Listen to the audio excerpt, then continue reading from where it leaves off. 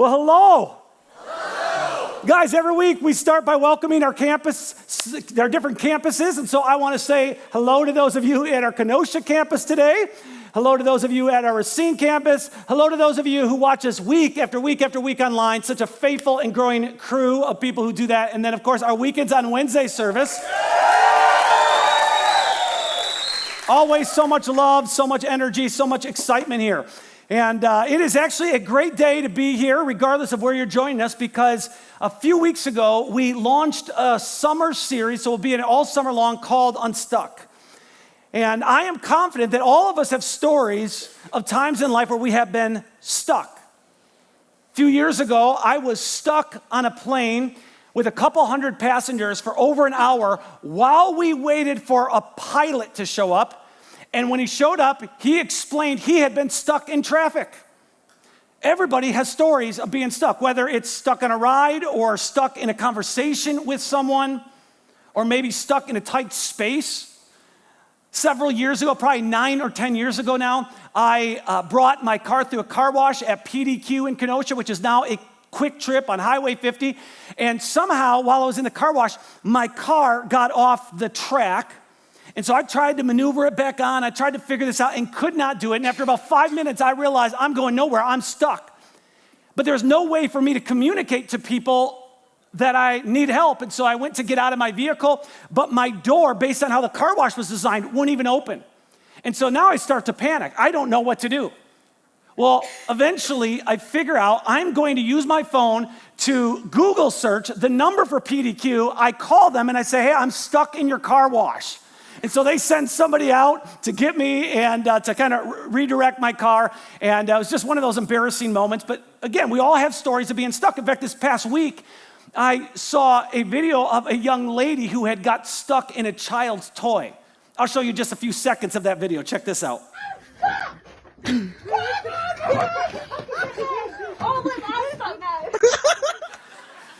Oh, that's a few-minute video, but it is an awesome video to watch the whole thing. But here's the deal. None of us like getting stuck, specifically when it's stuck in life, right? Stuck in a career, stuck in a series of bad decisions, stuck in our faith, stuck in a relationship. And so this entire series, we're talking about how do you get unstuck in life? And today, very specifically, I want to talk about how to get unstuck from a life that just doesn't seem to be going anywhere, from a life without purpose. And so today we're talking about purpose and why it matters, why we're here. And I don't even have to say that, right? Purpose does matter. It absolutely matters. And in fact, the most successful businesses in our world are the ones that have a clear purpose and they're moving in a very specific direction. The meetings that are most meaningful and have the biggest results are the ones where we come together and there is a clear purpose. But we've all been to meetings, right? Some of us have even led meetings that didn't have a clear purpose, a clear agenda, and everybody just feels like this is a waste of time and the meeting drags on and on and on. Tools have a purpose. And if you've ever used a tool for something other than its purpose, you know that often it's a very frustrating endeavor, right? And sometimes it can even be cause a lot of damage. And so the question I want for you to consider for just a little bit today is this. What is your purpose? Like, why are you here on this planet? Why do you exist? Author Mark Twain said this. He said, the two most important days in your life are the day you are born and the day you find out why. So what is your purpose? Why are you here? Now, the fact we even get to wrestle with this question is a huge blessing, and it's easy to forget this, right? But there are people living in different parts of the world, developing countries, that quite honestly, they're so obsessed with having to figure out how to survive, right? Food, clothing, and shelter, that quite honestly, even though they have a purpose for being here on this planet, they just don't have the bandwidth in their life to even stop and consider purpose. So the fact we're doing this is a huge blessing, and it's a reminder of what Jesus taught, that when someone has been given much, much will be required in return. And when someone has been entrusted with much, even more will be required. As Americans, we have been given much. As Americans, we have so much comfort and we have so much margin in our life that we're able, on occasion, to pause like this and consider why questions and consider questions of purpose. It is a huge blessing to be able to do this. And I say that as kind of this reminder to all of us, because even though it's this huge blessing that we get to do this, most of us don't do this on a regular basis. It's not because we're bad people, it's just our life gets busy. We have so many distractions happening. We've got so many things taking up our time, and life just gets complicated that we really don't spend a whole lot of time considering questions of purpose. But it's so important that we do this. All right, let's just start by looking at the definition of purpose. Purpose is the reason for which something exists or is accomplished. Now, this is a great definition, right out of the dictionary. It is the reason for which something exists or is accomplished. But if we really slowed down and we really paid attention to the wording of this, it's probably going to cause a little bit of tension inside of us. Because nobody wants to be the reason for something, right? We all want to be the something. We all want to be the end result. We all want to have significant lives. We want to all feel like we're super, super important. But what we need to understand about purpose is that purpose is really just a means to an end. So the purpose of this hammer isn't to just sit on a shelf. It's not to sit in a toolbox somewhere. It's not to just sit on a table somewhere. The purpose of this hammer is what? It's to build something. It is to construct something. It has a purpose bigger than itself, right? The purpose of a meeting isn't to just get together and have a bunch of small talk. It's to get together and accomplish something. It's to move something forward, hopefully create something, right?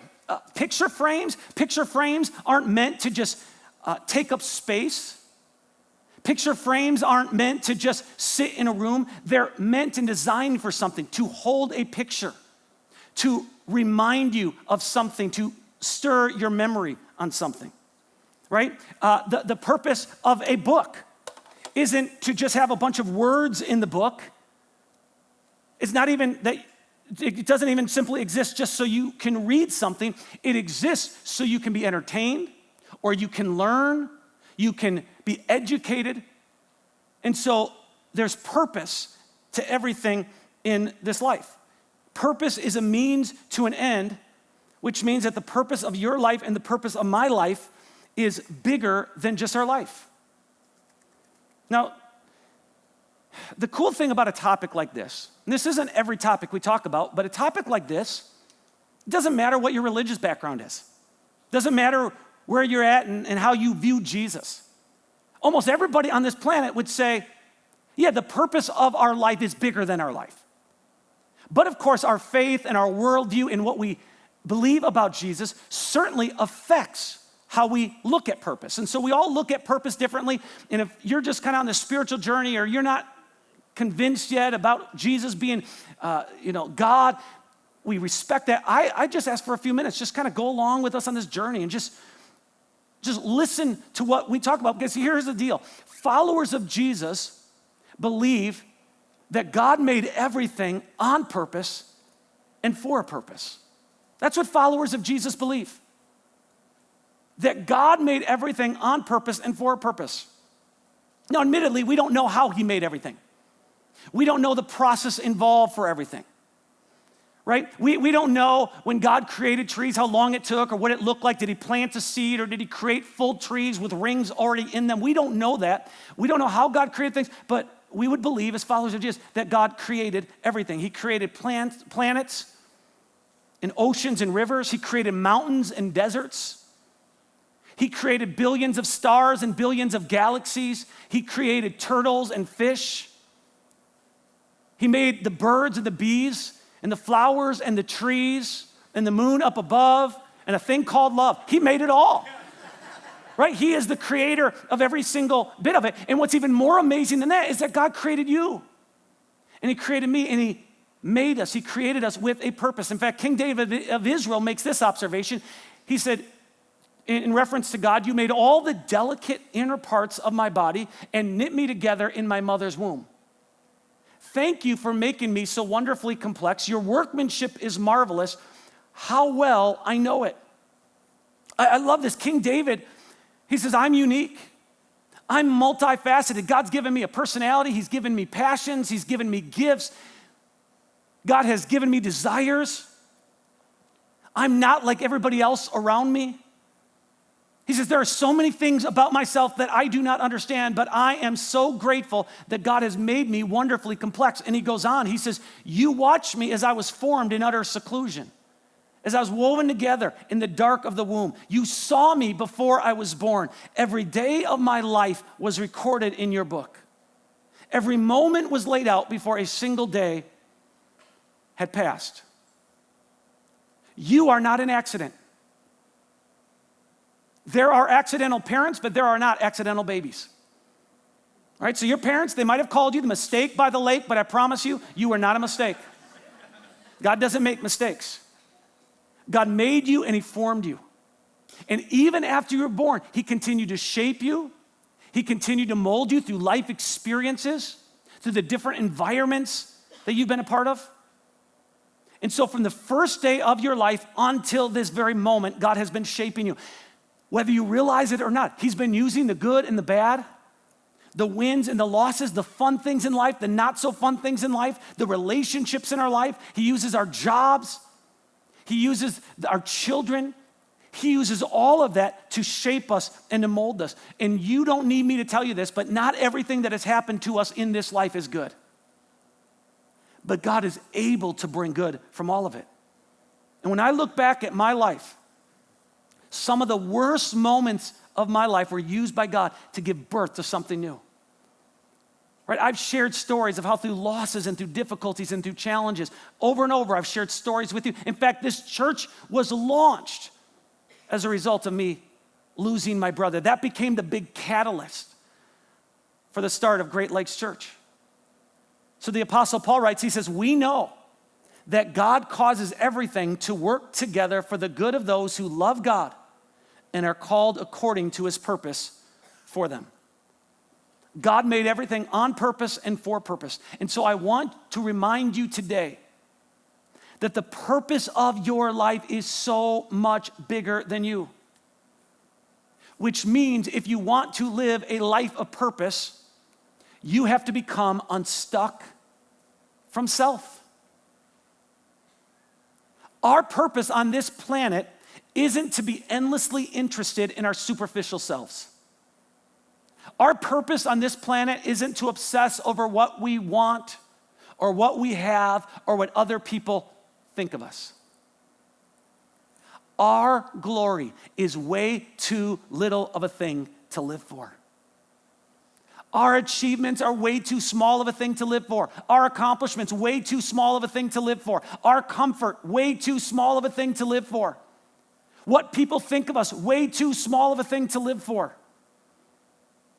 Which is why it's possible to make enough money to be comfortable and have a little bit of margin in our time and to be healthy and to have kids that love us and to have a spouse that loves us, but still be restless. And still feel empty on the inside and still feel a little incomplete. There's just something inside all of us that knows we were made for so much more. We have a bigger purpose than ourselves. But very few people will ever experience the purpose of their lives because I'm going to just tell you this, it's going to cost you something. Right now, Larry Merlo is the president and the CEO of CVS Pharmacies. You might remember this a few years ago. CVS really had a wrestling match within its board of directors over or between purpose and profits. Because a few years ago, CVS decided to become the first major pharmacy chain in the United States to stop selling tobacco products. This was a big deal. The board of directors, they wrestled through it. They knew it was going to cost them a lot of money, but they decided we're going to stop selling tobacco products. And Larry Merlo, in order to communicate to the world why they were doing this, put a statement on the website. It's actually still there. Here's what he put on the website. He said, ending the sale of cigarettes and tobacco products at CVS Pharmacy is simply the right thing to do for the good of our customers and our company. The sale of tobacco products is inconsistent with our purpose, helping people on their path to better health. CVS decided they were going to go with purpose over profit, and it cost them a whole lot of money, not millions of dollars. It cost them billions of dollars. Purpose is costly. It has a price. This is why we admire purposeful people. Right? This is why we admire purposeful companies. We know it costs something to be purposeful, but it's also the reason why it's so difficult to live a purpose-filled life. A life of purpose always costs something. It costs time, it costs energy. At times it may cost us our reputation, it may cost us friendships, it may cost us resources. It is going to require sacrifice. Cheryl Bachelder is an extraordinary woman. I mean, this is an extraordinary human being. She's a businesswoman, very successful what she does. For a couple of years, she was the president of KFC. Then she went on to be the CEO of Popeyes. She was the CEO there for about 10 years and did a huge transition, and the company became very profitable under her leadership. Well, a few years ago, she wrote a book called Dare to Serve, and in it, she talks about purpose. Here's what she writes. She says, the point of purpose is to determine how you will serve others. If you don't plan to serve, you don't need a purpose. Don't miss this. You cannot divorce purpose from serving others. You cannot divorce purpose from being a means to an end. And if you currently feel restless, if you currently feel like your life's missing something, if you currently feel like, man, I just am not living a purpose-driven, a purpose-filled, a purposeful life, I want you to know you can change. You can get unstuck from yourself. And we see this happen all throughout the ancient scriptures where people encountered Jesus. And when they encountered Jesus, most of the time, their eyes were open. They embrace something so much bigger than themselves, right? Zacchaeus encounters Jesus, and his priorities started to change. A woman in an adulterous relationship, she encounters Jesus, and her self-image began to change. She realized my identity, my worth is not found in men. It's found in something so much bigger. Saul, who we know as Paul, he encounters Jesus and the entire focus of his life begins to change. I want you to know, and this is the heart of this series, it's possible to change. In fact, for the next 10 minutes or so, I want to show you the story of someone whose life has been changed by Jesus. They got unstuck from themselves. His name is Scott Harrison. He's the founder and the CEO of Charity Water. They bring clean water to villages in developing countries all over the world. And so I just want to show you an edited version of Scott's story. So check this out.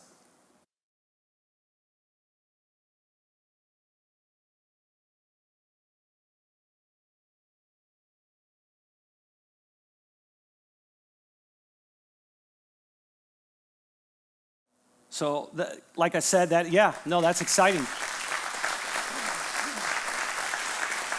That's an edited version of Scott's story. If you want to see the whole thing, you can go to our website, greatlakeschurch.com. Right on the homepage, click on current series, and in the resource area, you'll see the story for Charity Water. It's about 20 minutes in its entirety, and that'll be on there for a few weeks. But that story is a reminder of what Paul wrote. God causes everything to work together for the good of those who love God and are called according to his purpose for them. He took Scott's life as a nightclub promoter and said, I'm going to use that to launch this huge, huge nonprofit. And I actually hesitate sharing a story like that because I know it's easy when you watch something like that just to dismiss it, right? It's easy to just say, I'm no Scott Harrison. There's no way I'm going to go from nightclub promoter to starting a nonprofit that brings clean drinking water to now almost 10 million people. That's just not going to be me. And you're right, it's not, because you're not Scott Harrison.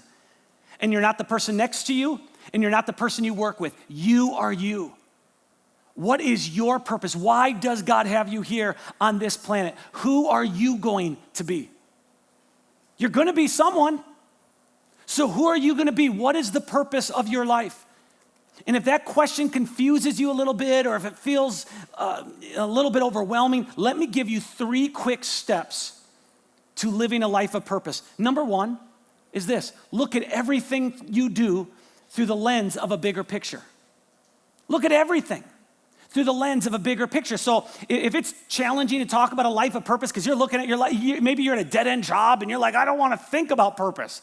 My job sucks. Let me just remind you that your job is the reason you have food and clothing and shelter.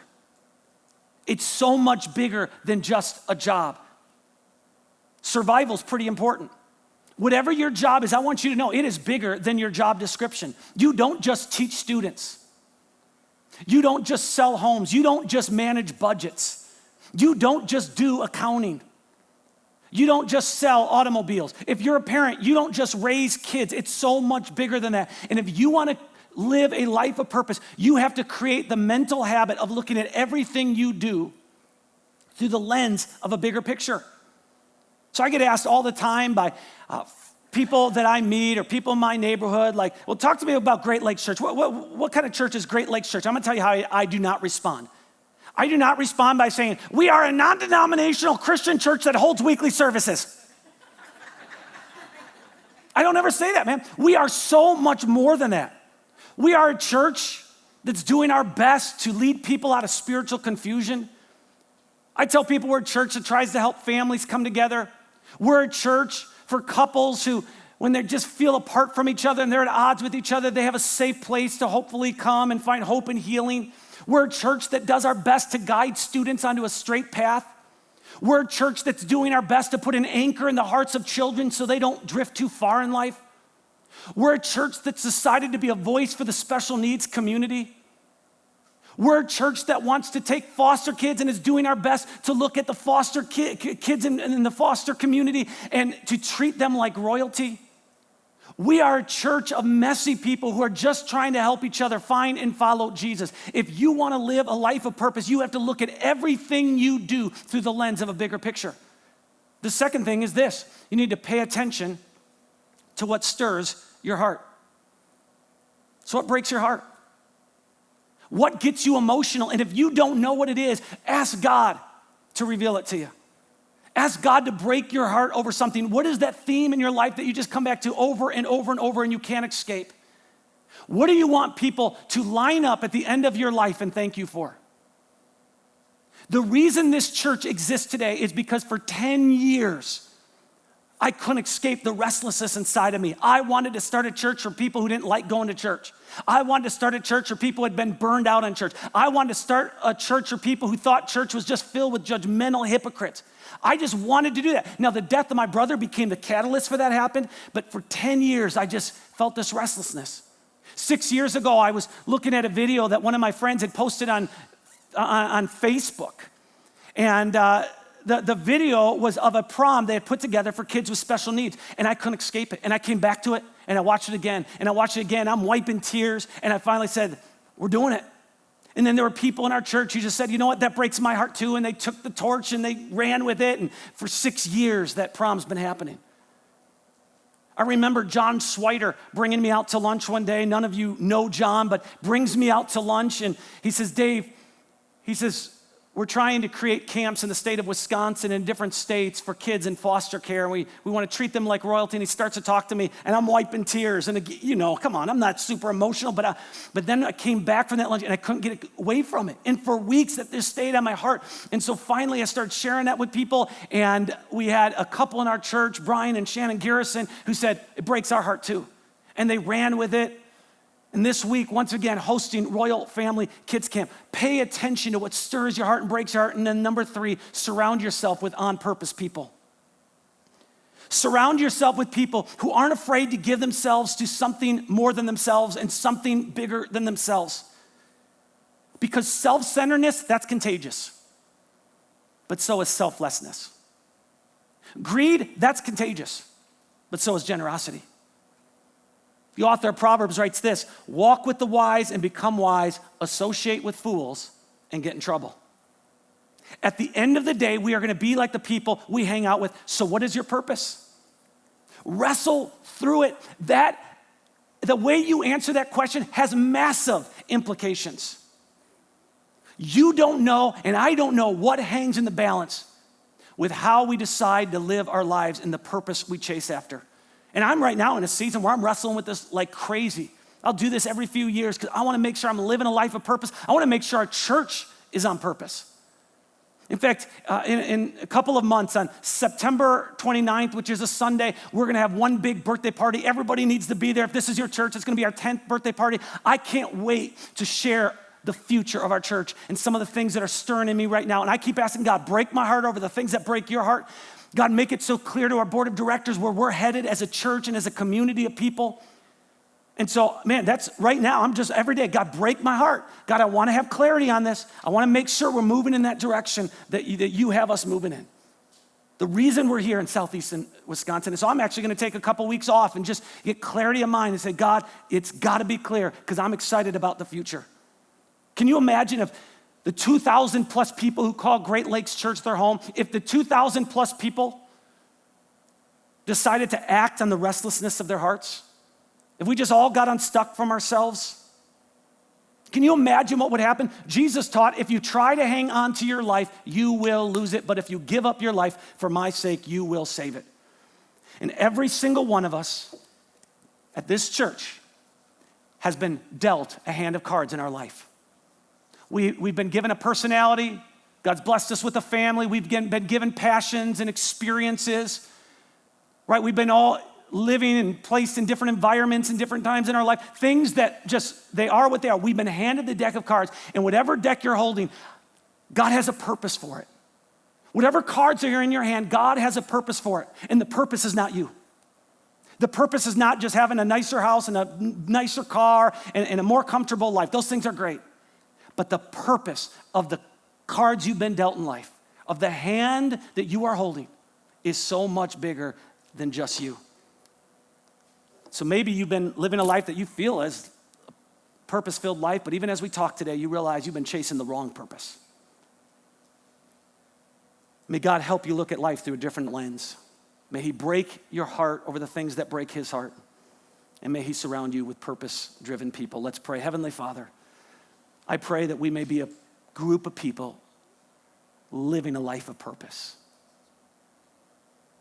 God, break our hearts over the things you want to break our hearts over. God, stir us on the things that our hearts need to be stirred over. Surround us with people of purpose and of passion. And may we live lives that matter for the sake of others. In Jesus' name, amen.